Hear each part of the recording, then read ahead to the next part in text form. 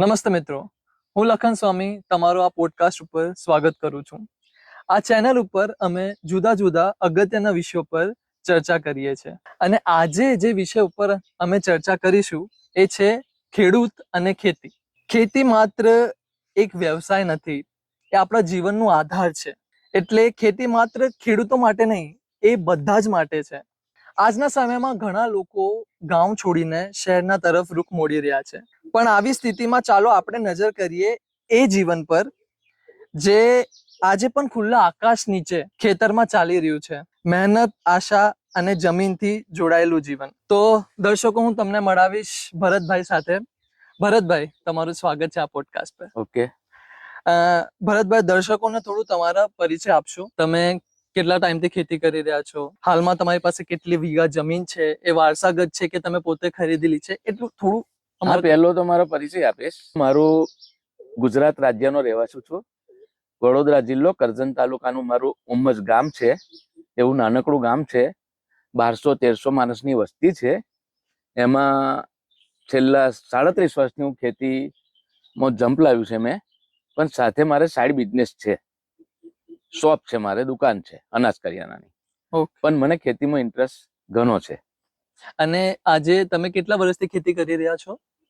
37 વર્ષથી મારો અનુભવ છે ખેતીમાં. અને જે જમીન પર તમે ખેતી કરી રહ્યા છો, તમે દર્શકોને બતાવી શકશો કે કેટલા વીઘા જમીન પર તમે કરો છો? અને એ જમીન વારસાગત છે કે તમે પોતે ખરીદેલી છે? એ જમીન મારા બાપ દાદાની મળેલી છે અને 36 વીઘા જમીનમાં અમે વાવેતર કરીએ છીએ અત્યારે. 36 વીઘા જમીન. તો ભરતભાઈ, દર્શકોને થોડું તમે બતાવી શકશો કે આ તમારા વિસ્તારમાં ઉમ્મજ ગામ કે આ કરજણ તાલુકા આપણે લઈએ તો અહીંયા કયા મુખ્ય પાકો આમ ખેડૂતો કરે છે? કરજણ તાલુકામાં તો ઘણા થાય પાકો, પણ મારા ગામમાં ખેતી ફળદ્રુપ જમીન છે, ગોળાડુ અને કાળી બંને પ્રકારની છે. એટલે કપાસ, એરંડા એટલે દિવેલા કે છે, તુવેર થાય છે અને શાકભાજી ટોટલ થાય છે અમારે ત્યાં. ટામેટા કરો, કારેલી કરો, કંકોડા કરો, પરવર કરો, તુવેર, તમામ શાકભાજી તમામ પ્રકારની થાય છે અહીંયા આગળ. ઓકે. તો જેવી રીતે તમે બતાવ્યું કે ખાસી બધી જુદી જુદી આપણે આમ શાકભાજી અહીં થઈ રહી છે, તો એવું થયું છે કે તમે કોઈ નવા પ્રકારનું કે નવું કંઈક પાક ટ્રાય કર્યું છે ખેતી કરવાનું એનું? હા, અમે મારી લાઈફની અંદર શાકભાજીમાં કોઈ બાકી નહીં રાખ્યું. તમામ પ્રકારની શાકભાજીનો અનુભવ છે મને. કે અમે ફુલેવાર, ફ્લાવર કહીએ છીએ, એ પણ કરેલું, કોબીજ કરેલી, ટમાટર કરેલા, કારેલા, કંકોડા, બધી જ શાકભાજી કરી છે. એમાં બધાનો અનુભવ લીધેલો છે મેં. અને આપણે જોઈએ છે કે જે ભારત છે ને, એમાં આ જે ખેતી છે એ બહુ ઇમ્પોર્ટન્ટ છે. એટલે કે જીડીપીનો 20% જેટલું જે જીડીપીમાં છે એ એગ્રીકલ્ચરથી આવે છે. પણ હજી પણ આપણે જોઈ શકીએ છીએ કે ભારતમાં 70% જે ખેડૂતો છે ને, એમના પાસે 3 વીઘાથી પણ ઓછી જમીન છે અને એમાં એ ખેતી કરી રહ્યા છે. તો એ નાના ફાર્મર્સ છે. તો અહીંના ફાર્મર્સ એટલે એમની સ્થિતિ કેવી છે? અહીંયા પણ મોટા ફાર્મર્સ છે કે નાના ફાર્મર્સ જ વધારે છે? તમે એના ઉપર થોડી જાણ કરી શકશો? ને મારા ગામની અંદર મોટા ફાર્મર્સ પણ છે અને 5 વીઘા જમીન વાળા પણ છે. ઓકે. તો ભરતભાઈ, વાર્ષિક રીતે તમે કેટલા પાક લો છો? કેમ કે અમે જોયું છે કે અમુક તમે રાજસ્થાન જુઓ તો ત્યાં વાર્ષિક 2 પાક લે, હરિયાણા તરફ જાઓ તો વધારે થઈ જાય છે, પણ અહીંયા આપણે તમે વાર્ષિક કેટલા પાક લો છો? અમે એમ ઓલ ઓવર જોવા જઈએ તો અમુક ખેતરમાં એક પાક લઈએ છીએ જે લાંબુ ઉત્પાદન આવતું હોય, લાંબા સમયગાળાનો હોય, અને અમુક ખેતરની અંદર અમે 2 પાક લઈએ છીએ. ઓકે. અને તમારા મુખ્ય પાકો કયા કયા છે? મુખ્ય અમારો પાક અહીં કપાસ, એરંડા, તુવેર. શાકભાજીમાં પછી દરેક ખેડૂતને જે અનુકૂળ હોય એ પ્રમાણ કરે છે. ખેતી જે છે એ લોકો ઇન્ડિયામાં તો એમના પાલન પોષણ માટે કરી રહ્યા છે, એટલે એ ખાલી પ્રોફિટ માટે નથી. ખાસા બધા ફાર્મર્સ છે જેમનું જીવન એના ઉપર ડિપેન્ડ કરે છે. તો ભરતભાઈ, તમે એવું બતાવી શકશો કે એવું ક્યારેક બન્યું છે કે તમે પાક લીધો હોય અને એનું કોઈ પ્રોફિટ જ ના આવ્યું હોય કે ખાસી ખોટ ગઈ હોય? એવું થયું છે તમારી સાથે? હા, અમારે એકચ્યુઅલ ગામ ઢાઢર નદીના કિનારે આવેલું છે. એટલે કેટલી વાર જો પેલું બાઢ કે છે ને, હિન્દીમાં બાઢ કે, અને પૂર, ફ્લડ. અમારે આજવા સરોવર છે વડોદરા, ત્યાંથી પાણીનું 5 નદીનો સંગમ થઈને ઢાઢર નદી આવેલી છે અમારી બાજુમાં. એ ઓવરફ્લો થાય ત્યારે અમારે નુકસાન ભોગવવું પડે છે. બીજું કે ચાલુ સાલે મરચી બનાવી હતી, એમાં મારે લોસ જાય છે. હવે એ લોસ એટલે કેવી, શું એનું કારણ હતું? કારણ 2 વસ્તુ હતી, ઓકે, વાતાવરણ વાતાવરણ, અને બજાર ભાવ. બજાર ભાવ. આના ઉપર થોડી માહિતી આપશો કેવી રીતે? એટલે ક્લાઇમેટ, તમે અહીંના ક્લાઇમેટને તો ઓળખતા હશો, તમે 37 વર્ષથી અહીંયા કરી રહ્યા છો કામ આ જ માટી ઉપર, તો ક્લાઇમેટ કેવી રીતે આમાં? એટલે એવું છે કે મરચી અમારે ત્યાં 4 થી 5 ખેડૂતે બનાવી હતી. ઓકે, દરેક ખેડૂતની આ જ પોઝિશન છે. વાતાવરણને લઈ અને એના અંદરથી રોગ જ દૂર ના થયો. પેસ્ટિસાઇડ ગમે તેટલી ઉપયોગ કર્યો, આપણે ઓર્ગેનિકનો ઉપયોગ કર્યો, પણ એમાં કંટ્રોલ ના આવ્યો.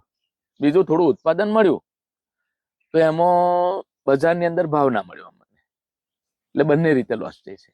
ઓકે. અને તમે વચ્ચે પૂરની પણ વાત કરી, તો જ્યારે પૂર આવ્યો અને તમારી પાક નિષ્ફળ ગઈ, તો સરકારથી કોઈ મુઆવજો મળ્યો તમને? એમાં એવું છે કે દરેકને હું એક સલાહ આપીશ કે પાક વીમો લીધેલો હોય તો આપણને 100% એનું રિફંડ સરકાર આપે જ. પાક પણ વીમો, આપણે પાક વીમો લેવામાં ચૂકી ગયા હોય તો એ સરકાર આપણને ના આપી શકે. આ પાક વીમા પર થોડું તમને દર્શકોને બતાવી શકશો કેવી રીતે લેવાય, તમે ક્યારે લીધું છે અને એનું તમને મુઆવજો મળ્યું છે કે નહીં? સરકાર તરફથી ઓપ્શન છે જ કે તમારા ખેતીના કટિયા પર, ખાતા નંબર પર તમે અમુક ટકા નોમિનલ રકમ હોય તે સરકારમાં પાક વીમો કપાવી શકો. પહેલા એ પાક વીમો તમારા એકાઉન્ટમાંથી કપાવેલો હોય તો તમે 100% સરકાર તમને વળતર આપે. ઓકે. અને ના, તમે વીમો ના હોય તો કોઈ વીમો મુઆવજો ના ભરેલો હોય તો પછી સરકારનું કોઈ એમાં દોષ જ નહીં હોતો. એ આપણી ખેડૂતની ભૂલ છે એમાં. ઓકે. તો હવે વચ્ચે તમને ફર્ટિલાઇઝર્સની વાત કરી, અને હમણાં ખાસું બધું ફર્ટિલાઇઝર્સ યુઝ થઈ રહ્યું છે ખેતીમાં, અને લોકોની વિચારધારા છે કે અધિકતમ ફર્ટિલાઇઝરનો તમે ઉપયોગ કરો શાકભાજી આમાં તો એનાથી બીમારીઓ પણ વધે. તો તમે કેવા ફર્ટિલાઇઝર્સ યુઝ કરી રહ્યા છો? તમારા ગામમાં કેવા ફર્ટિલાઇઝર્સ? એ બધા natural fertiliser, organic fertilisers use કરી રહ્યા છે, જેવી રીતે છાણિયા ખાતર આપણે કહી શકીએ છીએ, કે પછી જે કેમિકલ ફર્ટિલાઇઝર જેનું ચલન બહુ વધારે છે હમણાં, કયા ફર્ટિલાઇઝર્સ તમારા વિસ્તારમાં વધારે ઉપયોગ થાય છે? આમ તો દરેક ખેડૂતને થોડું નોલેજ મળ્યું છે કે ફર્ટિલાઇઝરનો ઉપયોગ ઓછો થાય તો સારું, પણ વર્ષોથી ફર્ટિલાઇઝરનો ઉપયોગ કરતા આવ્યા છે. એનાથી જમીનને તો નુકસાન થયું છે, પણ સાથે હવે માનવ ઉપર પણ એની અસર થવા મળી છે. એટલે હવે ખેડૂત ધીરે ધીરે જાગૃત થયા છે, ધીરે ધીરે, કે ભાઈ આપણે થોડું છાણિયું ખાતરનો ગઈડિયા આપણે ઉપયોગ કરતા હતા તો એ ઉપયોગ કરીએ અને ફર્ટિલાઇઝરનો ઉપયોગ ધીરે ધીરે ઘટાડીએ. પણ વર્ષોથી આપણે ફર્ટિલાઇઝરનો ઉપયોગ કરેલો એટલે જમીન એ રીતે ટેવાઈ જાય. તમે દાખલા તરીકે કોઈ એકને એક ખોરાક લેતા હોય તો પછી બીજો તમને ના અનુકૂળ આવે, એવું જમીનમાં છે કે ફર્ટિલાઇઝરનો અતિશય ઉપયોગ થયો એટલે હવે તમે છાણિયું ખાતરનો ઓર્ગેનિકનો ઉપયોગ કરો પણ એનું રિઝલ્ટ 4-5 વર્ષ તમને વાર લાગે. પણ એની અસર ફર્ટિલાઇઝરની જમીન પર ઘણી પડી છે. પહેલા અમારે કપાસ કરીએ સપોઝ તો 4 પાણીમાં કપાસ પાકી જતો. ઓકે. હવે ફર્ટિલાઇઝરનો અતિશય ઉપયોગથી જમીનની ફળદ્રુપતા ઘટી, એટલે હવે અમારે ડબલ પાણી લેવું પડે. 7 થી 8 પાણી લે તો કપાસ પાકે. ઓકે. એટલે પાણીની પણ ખપત વધી જાય અને પાણી વધારે લેવાથી જમીનને નુકસાન થવા મળ્યું. ભેજ રહે એટલે પાકની અંદર તમે દર વર્ષે જુઓ તો જો એવો ક્રોપ થવો જોઈએ નહીં થઈ શકે. ઓકે. તો પાણી પણ વધારે યુઝ થાય છે, અને માર્કેટમાં તમે જાઓ તો રેટ નહીં મળી રહ્યો સારો. બરાબર. હા. ઓકે. અને ગવર્મેન્ટ જે આપણી છે એ કયા ટાઈપના, આપણે એટલે નેચરલ કે કેમિકલ ફર્ટિલાઇઝર કયાને જ્યાદા પ્રોત્સાહિત કરી રહી છે? ગવર્મેન્ટ શેને પ્રોત્સાહિત વધારે કરે છે? ગવર્મેન્ટ તરફથી ઓર્ગેનિક ખેતી તરફ ખેડૂત વળે એનો પૂરતો પ્રયાસ છે, પણ એમાં ખેડૂતોએ હોય થોડું 100% ધ્યાન આપવાની જરૂર છે. ઓર્ગેનિક વાળા મારી મુલાકાત લે છે, કેટલી વાર મીટિંગો પણ કરે છે, પણ ખેડૂતો મીટિંગને એટેન્ડ નહીં કરતા. ટાઈમ નથી. પણ ખરેખર ખેડૂતોએ હોય રસ ધરાવવો જોઈએ, અને સરકારે ઓર્ગેનિક તરફ વધારે ધ્યાન આપે તો આવનાર સમયની અંદર જે ખેતી નાશ પામવાની છે એ નક્કી જ છે. જો આનો આજ ફર્ટિલાઇઝરનો ઉપયોગ થયો તો ખેતી જમીન નાશ પામશે. પછી તમે ગમે તેટલો પ્રયત્ન મહેનત કરશો ને તો એનું ઉત્પાદન 50% ઘટી જશે. એટલે ઓર્ગેનિક તરફ વળવું જ પડશે. એમાં સરકારને થોડું ધ્યાન આપવાનું અને ખેડૂતોએ વધારે રસ લેવો પડે. અને ભરતભાઈ, તમે કોઈ પગલા લીધા છે આના માટે કે તમારી જે જમીન છે એ એની તાકાત, એ જે ઉપજાઉ રહે એના માટે તમે કોઈ પગલા લીધા છે? હા, મેં 2 વીઘા પરવર બનાવ્યા છે. ઓકે. તો એની અંદર ડ્રીપ કરી, ડ્રીપ અને ઇરિગેશન. Drip irrigation. ઓકે. અને બીજું 5 વીઘાનું મારું પ્લાનિંગ છે પરવરનું, એ ટોટલ ડ્રીપ પર જ કરવાની છે. એનું કારણ છે કે મારી ડ્રીપ સિવાયની બાકીની જમીન ફળદ્રુપ રહે. ઓકે. તો હજી હમણાં તમે રાસાયણિક જે કેમિકલ ફર્ટિલાઇઝર છે એ યુઝ કરો છો? મેં પોતે ઘટાડી દીધું છે. ઓકે. મેં અત્યારે પરવર બનાવ્યા ને એમાં ડબલ પાક લીધો છે. ડુંગળી બનાવી છે ઓકે. 2 વીઘામાં. ઓકે. એમાં ટોટલ મેં 30 ટેલર છાણિયું ખાતર ભર્યું છે. 30 ટેલર? હા. ઓકે. એટલે એની અંદર બિલકુલ મેં ઓર્ગેનિક જ છે. ખાતર અને દવાનો કોઈ યુઝ નહીં કર્યો. તો ભરતભાઈ, એક પ્રશ્ન મારા મનમાં આવી રહ્યું છે. ધારો કે એક નાનકડું ખેડૂત છે જેના પાસે 3 થી 4 કે 5 વીઘા જમીન છે, 5 થી ઓછી છે, અને હમણાં સુધી એ રાસાયણિક એટલે કેમિકલ ફર્ટિલાઇઝર્સ એને ખાસું બધું ઉપયોગ કર્યો, અને એની માટી છે હવે એનું એ જે પોષણ છે જતું રહ્યું છે, હવે એને ઓર્ગેનિકમાં શિફ્ટ થવું છે, તો એને શું કરવું જોઈએ? તમે એને શું સલાહ આપી શકો છો? એને 5 વીઘામાં 2-3 ટુકડા હોય અલગ અલગ, તો પહેલું તો એવું કહું કે ભાઈ તું ડાયરેક્ટ છાણિયા ખાતરનો ઉપયોગ કરે તો પાકમાં મજા નહીં આવે.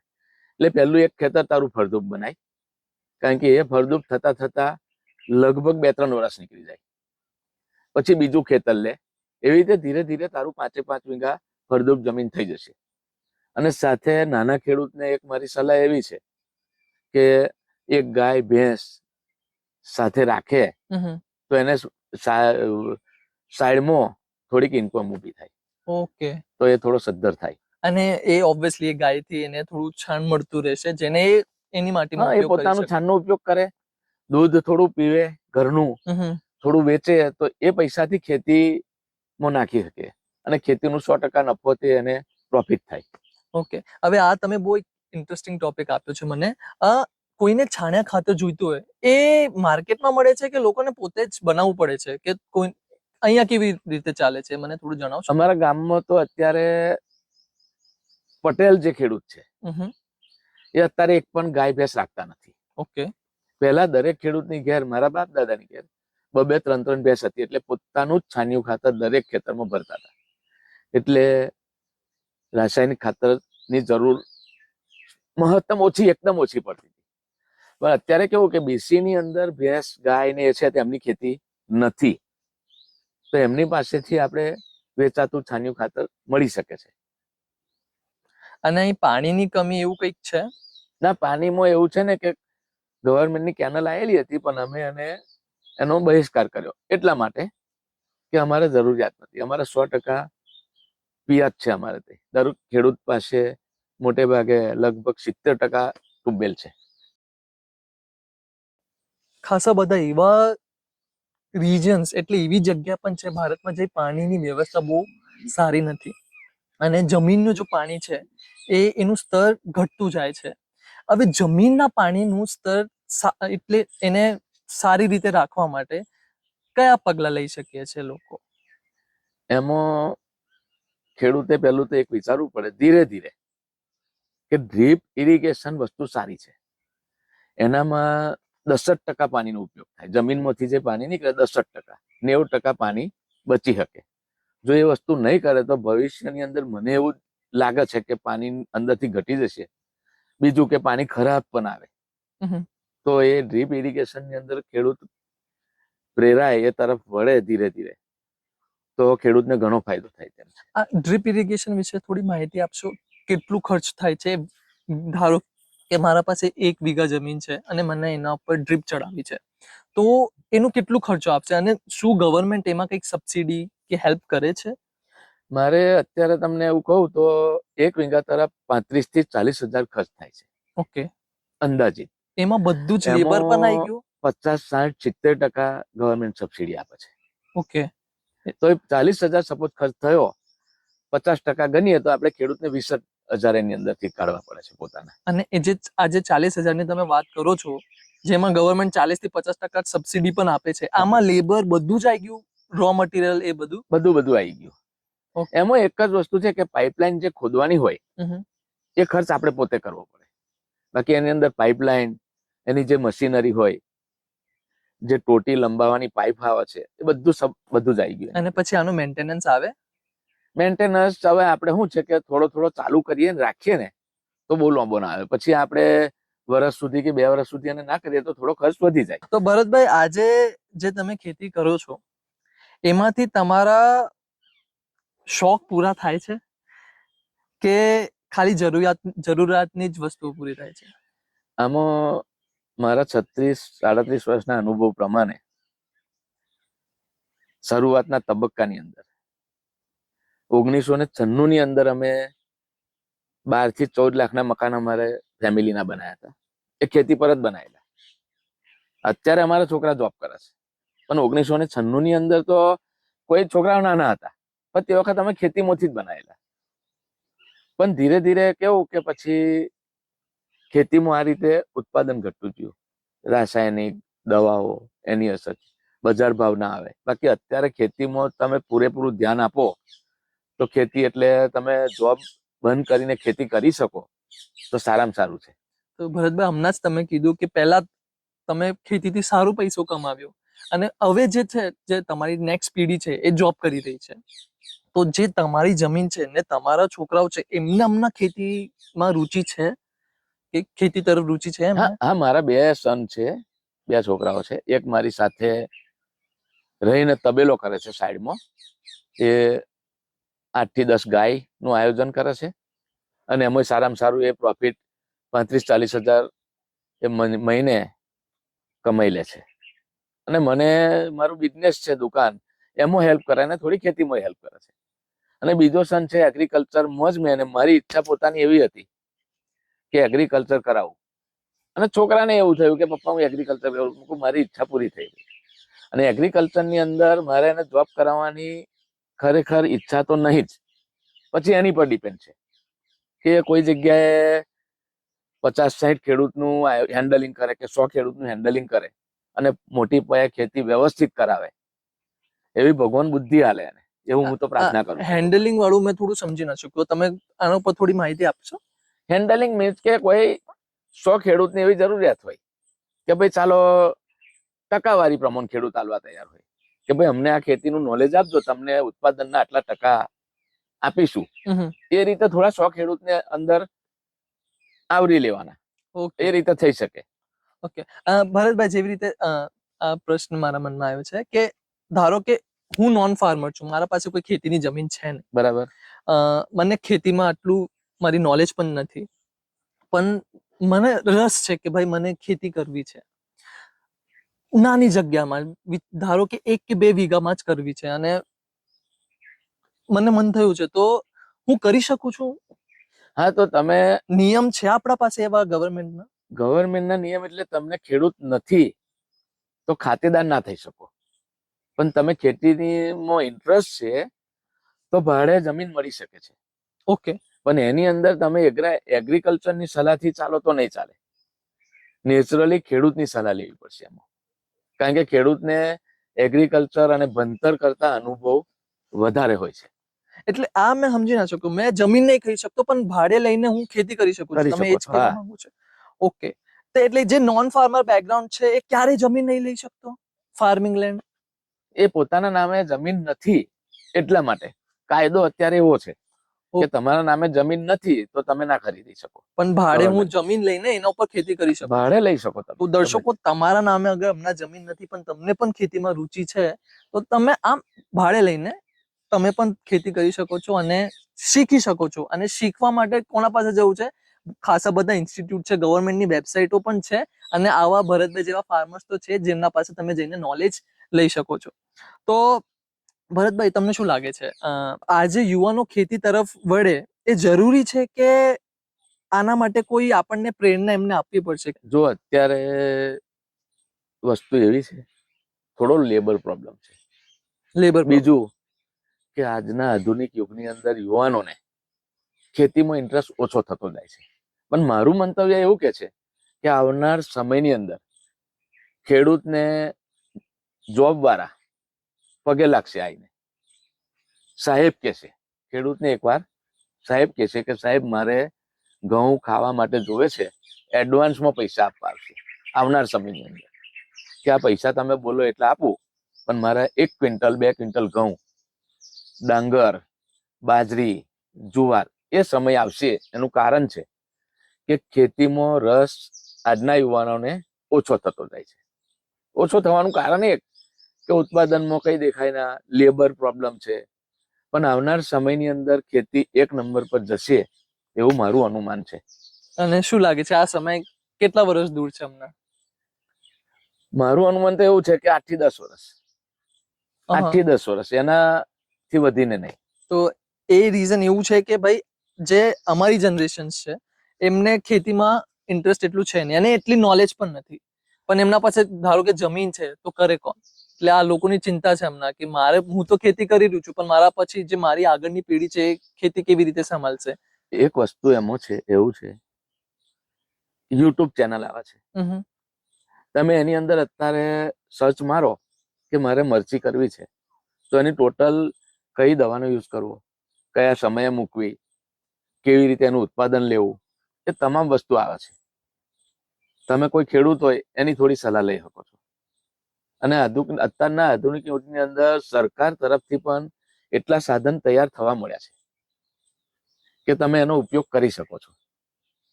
તો સાધનની તમે વાત કરી તો હવે થોડું ટેકનોલોજી તરફ આપણે ફરીએ, કેમ કે ટેકનોલોજી હમણાં બહુ ટ્રેન્ડિંગ ટર્મ છે અને ટેકનોલોજી ઇન્ડિયામાં આવી પણ રહી છે. મેં ખાસા બધા વિડીયોઝ જોયા છે જે લોકો ડ્રોન થી ફર્ટિલાઇઝર નાખે છે, ડ્રીપ ઇરિગેશન, એ પણ એક ટેકનોલોજીનું જ છે. એક એક્ઝામ્પલ છે. તો ભરતભાઈ, શું તમે ખેતીમાં કોઈ નવી ટેકનોલોજી કે ઇનોવેશન આજમાવ્યું છે? હા, મેં ચાલુ સાલે ડ્રોન લાવ્યો હતો કપાસની અંદર છંટકાવ કરવા માટે દવાનો. ઓકે. તો એ એકદમ તો કોઈ ખેડૂતને એનો આઈડિયા નહીં આવે અને મજા નહીં આવે કે નથી બરાબર, પણ ધીરે ધીરે ધીરે એનો યુઝ કરશે તો સારી વસ્તુ છે. કારણ કે ઉપરથી ડ્રોનથી છંટકાવ થાય એટલે બહુ મસ્ત મજા આવે એવું છે એની અંદર. એવું છે. અને એ સારું કામ કરી આપે છે, એટલે બધી જ જગ્યાએ જે એની એફિશિયન્સી કેવી છે? એ આપણે નવા ને, ખેડૂત નવા હોય આપણે એટલે પેલો એની રીતે ચલાવી લે, પણ થોડો અનુભવ થયા પછી આપણે એને કહી શકીએ કે ભાઈ તું શાંતિથી થોડી દવા માર, આ રહી જાય છે, એવું બધું આપણે એને કહી શકીએ. એટલે અનુભવની જરૂર છે આમાં. આનાથી એક પ્રશ્ન મારો ઉભો થયો કે હવે પહેલા તમે માણસોને હાયર કરતા હતા, લેબર્સને, કે ભાઈ જાઓ આજે ખેતીમાં જાઓ અને ભાઈ તમે ખાતર નાખી દો કે આ નાખી દો. હવે જે કામ 3-4 માણસો કરતા હતા, તમે એમને ઓબ્વિયસલી ડેલી મજૂરી પણ આપતા હશો, હવે એ કામ ડ્રોન કરી આપે છે અને એક ડ્રોન ઓપરેટર તમને જોઈએ છે. તો એ 4 લોકોની જે કામ હતું એ તો ડ્રોન લઈ ગયો. તો આ ટેકનોલોજી કેવું છે? આ એટલે આપણને મદદ કરે છે, પણ એક જગ્યા 4 લોકોની નોકરી પણ ખાઈ ગયો. તો એ બંને વસ્તુ તમને કહું કે પહેલા બળદથી ખેતી કરતા હતા, તો બળદનો ડ્રાઈવર જે કહેવાય ને, અમે દેશી ભાષામાં ચાકર કહીએ, નોકર. એ બળદ ચલાવનાર નોકર અત્યારે તો કોઈને ડ્રાઇવિંગ આવડતું જ નહીં. બળદને જોતર મારવાનું અમે દેશી ભાષામાં કહીએ, એ કોઈને મારતો ના આવડે. એને દોયડાથી એનું જોસડું જે કે છે બાંધવાનું આવે એ કોઈને ના આવડે. એટલે એનામાં ઓપ્શનમાં તો ટ્રેક્ટર આવી ગયું છે. એટલે જે 4 દિવસમાં કામ થતું હતું એ ટ્રેક્ટરથી 1 દિવસમાં પતી જાય. ડ્રોન એવી વસ્તુ છે કે તમારે એટલી દવા મારવાની 4 દિવસ લાગે, એ ડ્રોન તમારું 4 કલાકની અંદર કામ પતાવી દે. એટલે ટેકનોલોજી એમ જોવા જઈએ તો બહુ સારી છે. અને જે લેબર્સ છે જેમને કામ ડ્રોન લઈ લેશે, એમને કદાચ એમની સ્કિલ સુધારવી જોઈએ અને બીજા કોઈ કામમાં પણ હવે કે એમને પણ કંઈક નવું શીખવું જોઈએ જેનાથી એમને પણ કામ મળતું રહે. તો ભરતભાઈ, જ્યારે તમે કોઈ પણ નવી ટેકનોલોજી અપનાવી હતી ત્યારે સ્ટાર્ટિંગમાં કોઈ મુશ્કેલી આવી હતી, તમે અનુભવી હતી? એના વિશે થોડું જણાવી શકશો? ટેકનોલોજીમાં તો ટ્રેક્ટર લાયા હોય એટલે અનુભવ થતો 2-3 વર્ષ નીકળી જાય. એને કેવી રીતે ચલાવવું છે, થોડી તકલીફો પડે. ડ્રીપનું મેં આયોજન કર્યું, એમાં આપણને થોડું એવું લાગે કે વચ્ચે વચ્ચે કોઈ જગ્યાએ ક્રેક થઈ જાય, એટલે નવું થોડું તકલીફો થાય, પણ એના પર તમે ધ્યાન આપો એ વસ્તુ સારી છે. અને ટેકનોલોજીમાં કયા કયા ફાર્મિંગ રિલેટેડ ચેન્જ આવે છે એની માહિતી તમને કઈથી મળે છે? એમાં અમારા ગ્રામ સેવક ગવર્મેન્ટ તરફથી મૂકેલા હોય, એટલે ગ્રામ સેવક પાસેથી માહિતી મળે. ગ્રામ સેવક એટલે મેં સરકાર તરફથી મૂકેલા ખેતી એગ્રીકલ્ચરના માણસ ઓકે, એ જોબ કરતા હોય, એની પાસે 3 કે 4 ગામ હોય. એ ખેડૂત સુધી દરેક વસ્તુ પહોંચાડી શકે, કે સરકાર તરફથી સબસિડીમાં બિયારણ મળતું હોય, દવા મળતી હોય, ખાતર મળતું હોય, એ ખેડૂત સુધી એ વ્યક્તિ પહોંચાડી શકે. એ તો બહુ ઇમ્પોર્ટન્ટ કામ કરી રહ્યા છે. અને ડ્રોનનું તમે કીધું, ડ્રોન સિવાય કોઈ ટેકનોલોજી જેવી રીતે સોઇલ ટેસ્ટિંગ તમે ક્યારે કરાયું છે તમારી માટીનું? હા, કરાયું ને. મેં મારી સર્વિસમાં 3-4 વાર કરાયેલું. તો એમાં રિઝલ્ટ મળે આપણને કે ભાઈ સલ્ફરની ઉણપ છે, કે આની અંદર ભેજનું પ્રમાણ વધારે છે, પાણી ઓછું કરો, કે પાણીથી જમીન બગડે, ક્ષાર વધારે આવ્યો છે, એ રિઝલ્ટ મળે આપણને. એ જરૂરી ખરું.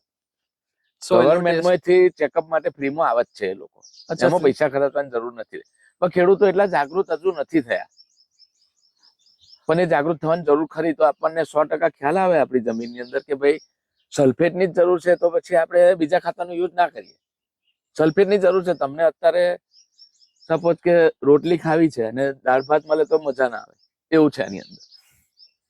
કે સલ્ફેટની જરૂર છે તો સલ્ફેટ આલો તો એને 100% તમને રિઝલ્ટ મળે.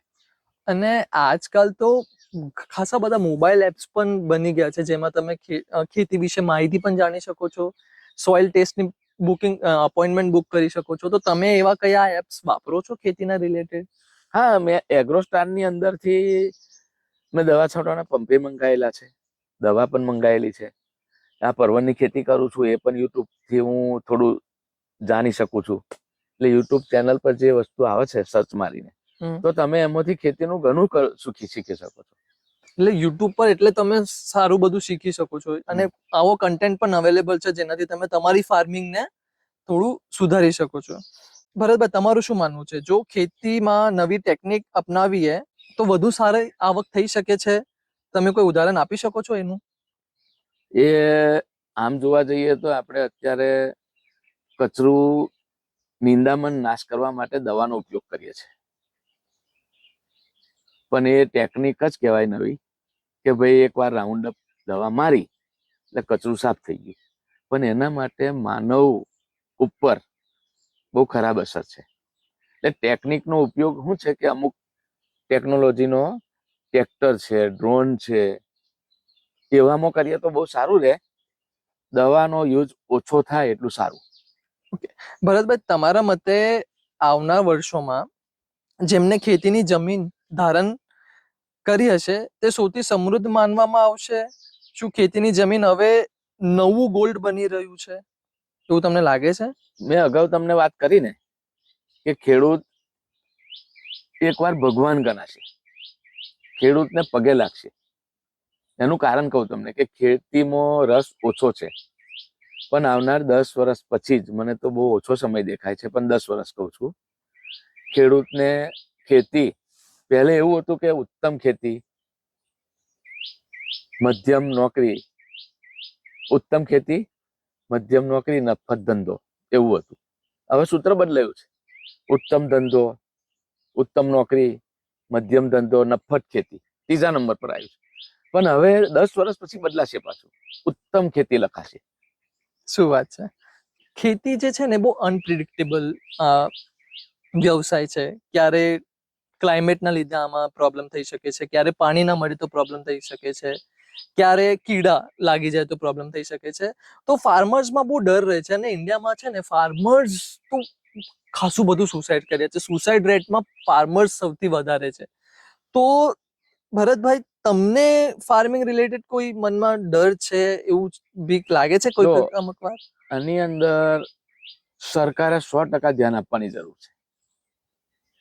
ધ્યાન આપવાની એક જરૂર છે કે ખેડૂતને એનું ઉત્પાદન તૈયાર થાય તો એને પોષણક્ષમ ભાવ મળી રહે, તો ખેડૂતને 50% સપોર્ટ એમ જ મળી રહે. બીજું, ખેડૂતને પોતે જાગૃત થવું પડે કે મારે ખેતીની અંદર ઓછા ખર્ચે વધુ ઉત્પાદન કઈ રીતે મળે છે. જો આડેધડ વિચાર કર્યા વગર, પ્લાનિંગ વગર ખેતી કરશે તો એ ખેડૂત દેવાદાર થશે અને સુસાઇડ કરવાના એના પાસે ચાન્સીસ વધી જશે. તો બંનેને સરકારે ધ્યાન આપવું પડશે ને ખેડૂતે પણ જાગૃત વધારે રહેવું પડશે. તો ભરતભાઈ, તમને હમણાં ભાવની વાત કરી, આ તમે મને એકદમ એક્ઝામ્પલ થી બતાવી શકશો કે આ ભાવ નક્કી કોણ કરે છે? ગવર્મેન્ટ કરે છે કે વચ્ચેના દલાલો આમાં કંઈક ફેરફાર કરે છે? કેવી રીતે થાય છે આ? સરકાર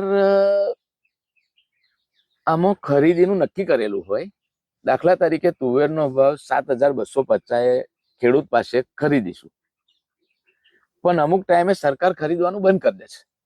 બીજું કે ખેડૂતને આજે પાક નીકળ્યો, એને બિચારાને આખું વર્ષ ઉધાર ધંધો કરેલો હોય, દવા ખાતર બધું, એટલે પૈસાની તાત્કાલિક જરૂર હોય, એટલે બજારમાં વેચવા જાય તો વેપારીઓ એને પછાડી નાખે, મન ફાવે એવા ભાવે માગે. ખેડૂત પોતે વેચી શકતો નથી.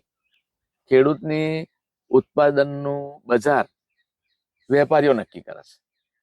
બાકી બધું એવું સોનું બજારની અંદરથી ખરીદવા જાવ, ચાંદી ખરીદવા જાવ, તેલ ખરીદવા જાવ, ગોળ, કોઈ પણ વસ્તુ ખરીદવા જાવ તો એ દુકાનદાર અથવા ગવર્મેન્ટ કે કોઈ પણ નક્કી કરે. ખેડૂતની વસ્તુ એવી છે કે ઉત્પાદન કરે તો એનો બજાર ભાવ પોતે નક્કી નહીં કરી શકતો. એનો કંઈક રસ્તો સરકાર કાઢે ને, વધારે ધ્યાન આપે તો ખેડૂત વહેલો સદ્ધર થાય. અને જલ્દી. ભરતભાઈ, સરકાર સાથે તમારી શું અપેક્ષા છે ખેતીના રિલેટેડ આપણે વાત કરીએ તો? સરકાર, હું તો પહેલું તમને એક જ કહું કે દર હપ્તા આવે છે વર્ષના 3, 2,000 રૂપિયા ખેડૂતને આપે છે. ઓકે. 2,000 થી તો ખેડૂત કઈ માલદાર કે ઉપર નહીં આવી જવાનો, પણ 2,000 રૂપિયા આપવાનું બંધ કરવું જોઈએ મારા મતે. બંધ કરવું જોઈએ? હા, કારણ કે અમુક જગ્યાએ 2,000 નો ઉપયોગ અવરા રસ્તે થાય છે. ઓકે. અને 2,000 બંધ કરી ને ખેડૂતના ઉત્પાદન ઉપર પૂરતું ધ્યાન આપવું જોઈએ કે આજે એરંડા નીકળ્યા છે તો ખેડૂતને 1 ક્વિન્ટલે 100-200 રૂપિયા વધારે કઈ રીતે મળે છે, તો એને 2,000 નું ઉપર મીંડું ચડાવી ને 20,000 નો ફાયદો થશે. આ બહુ સરસ વાત કરી તમે. એટલે ખેડૂત, સરકારે ધ્યાન આની પર આપવું પડે. 2,000 બંધ કરી દેશે તો કોઈ પ્રોબ્લેમ નહીં, પણ પેલું સામે એના ઉત્પાદનમાં થોડોક વધારો થાય તો ખેડૂતને આના 2,000 કરતો 10 ગણો ફાયદો થાય, એમ મારું માનવું છે. ઓકે, તો ખેતીને લગતી હાલની કોઈ સરકારની યોજના વિશે માહિતી આપશો જે તમારા ઉપયોગમાં આવી હોય? એવી કોઈ યોજનાઓ છે જે તમે એનો ઉપયોગ કરી રહ્યા હોય અને સારી યોજના છે, પણ ખેડૂતોને કદાચ એના માટે એના વિશે ખબર ના હોય? આમાં પહેલું તો ખેડૂતોએ જાગૃત થવાની જરૂર છે. મેં તમને અગાઉ વાત કરી કે ગ્રામ સેવક મૂકેલા છે. ઓકે. અમારા 3 ગામ વચ્ચે એક ગ્રામ સેવક હોય, તો ખેડૂતે ગ્રામ સેવકના કોન્ટેક્ટમાં રહેવું પહેલી એની એ વસ્તુ આવે છે, ખેડૂતના માથે આવે છે કે ભાઈ શિક્ષક બનાવતો હોય પણ એમાં વિદ્યાર્થીઓએ ધ્યાન આપવું પડે. શિક્ષક બોર્ડ પર લખીને જતો રહે એનો કોઈ મતલબ નહીં, વિદ્યાર્થીએ ધ્યાન આપવું પડે છે. એવી રીતે ગ્રામ સેવકને મૂક્યો પણ ગ્રામ સેવકના કોન્ટેક્ટમાં રહેવું જોઈએ. ગ્રામ સેવકને બોલાવવો જોઈએ ગામમાં કે ભાઈ અમારે ખેતીમાં કંઈક નોલેજ હોય તો તારું આપો, તો એ ગ્રામ સેવક આપણને નોલેજ થી આપી શકે છે. અને આજે ટેકનોલોજી પણ બહુ એડવાન્સ થઈ ગઈ છે. તમે યુટ્યુબ, તમારી પાસે કેટલી બધી વેબસાઇટ છે, ગવર્મેન્ટની જ વેબસાઇટ છે, જઈને તમે માહિતી પણ લઈ શકો છો. યુટ્યુબ પર તો તમને કન્ટેન્ટ ખાલી સર્ચ જ કરવું છે અને એનાથી તમને માહિતી મળી શકે છે. તો ભરતભાઈ, ખૂબ સારું લાગ્યું તમારી સાથે વાત કરીને અને ખાસી બધી માહિતી તમારાથી મળી અમને. દર્શકોને છેલ્લા કઈ જતા પહેલા કઈ કહેવા માંગશો ખેતીના રિલેટેડ? હું પોતે આમ તો 37 વર્ષથી ખેતીમાં જંપ લાવ્યું છે, પણ મારી અનાજ કરિયાણાની દુકાન છે, એટલે છેલ્લા 7-8 વર્ષથી ખેતીમાં ઇન્ટરેસ્ટ મને પહેલેથી જ છે. પણ છેલ્લા 7-8 વર્ષથી અમારા બ્રધર એક્સપાયર થઈ ગયા, મોટા એક્સપાયર થઈ ગયા. ત્યાર પછી થોડી જવાબદારી વધીને મને ઇન્ટરેસ્ટ જે ખેતીમાં હતો એની તરફ હું વળ્યો છે.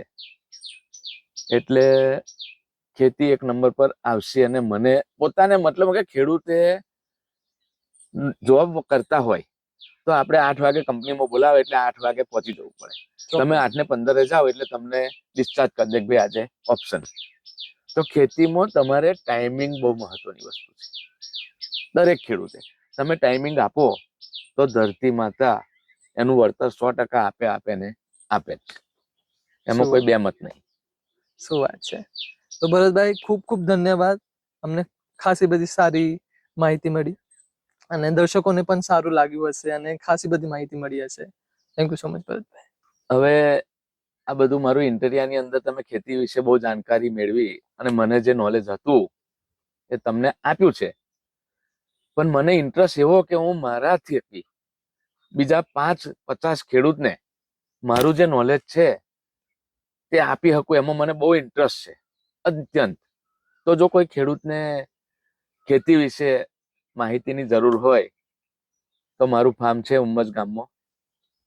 અગાઉ મેં મારું નામ જાહેર કર્યું છે અને આ ચેનલમાં મારો મોબાઈલ નંબર આવશે તો મારો કોન્ટેક્ટ ગમે ત્યારે કરી શકે. મારી પાસે જેટલી માહિતી હશે ખેતીની એ 100% બિલકુલ દરેક ખેડૂતને ઉપર આવવાની કોશિશથી માહિતી આપીશ. હાલ મને દરેકે સાંભળવા બદલ દરેક ખેડૂતનો તથા તમામ આખી ગુજરાત ભારત સરકારનો ખૂબ ખૂબ આભાર વ્યક્ત કરું છું. तो दर्शकों, चले मैं बेटा। आशा करता हूँ आपको वीडियो पसंद आया होगा और ऐसी ही वीडियो देखने के लिए हमारे चैनल को सब्सक्राइब करें. हम ऐसे ही बहुत अलग अलग विषयों पे वीडियो लाते रहेंगे. अगर आपको कोई डाउट है आप कमेंट सेक्शन में उसे बता सकते हैं. हम उस पर आगे वीडियो बनाने का पूरा कोशिश करेंगे. और जैसा कि आप देखते हैं भरत भाई ने अपना नेक विचार यहाँ पे स्पर्श कर ही दिया है. उन्होंने बता दिया है कि अगर कोई भी डाउट है आपको तो आप उन्हें कांटेक्ट कर सकते हो. तो उनकी कांटेक्ट डिटेल्स हम हमारे डिस्क्रिप्शन बॉक्स में डाल देंगे. और मैं फिर से कहना चाहूंगा कि खेती भारत में बढ़ रही है और भरत भाई ने भी बताया कि आने वाले समय में खेती जो किसान होगा वो मतलब खेती जो जमीन होगी वो गोल्ड होगी. तो खेती की तरफ हम भी थोड़ा रुख मोड़ें और जितना हो सके इसके बारे में बात करें, इसके बारे में लोगों को प्रोत्साहित करें और हमारे देश को आगे लाएं. आप सबका वीडियो देखने के लिए खूब खूब आभार. चैनल को सब्सक्राइब करना ना भूलिए. धन्यवाद.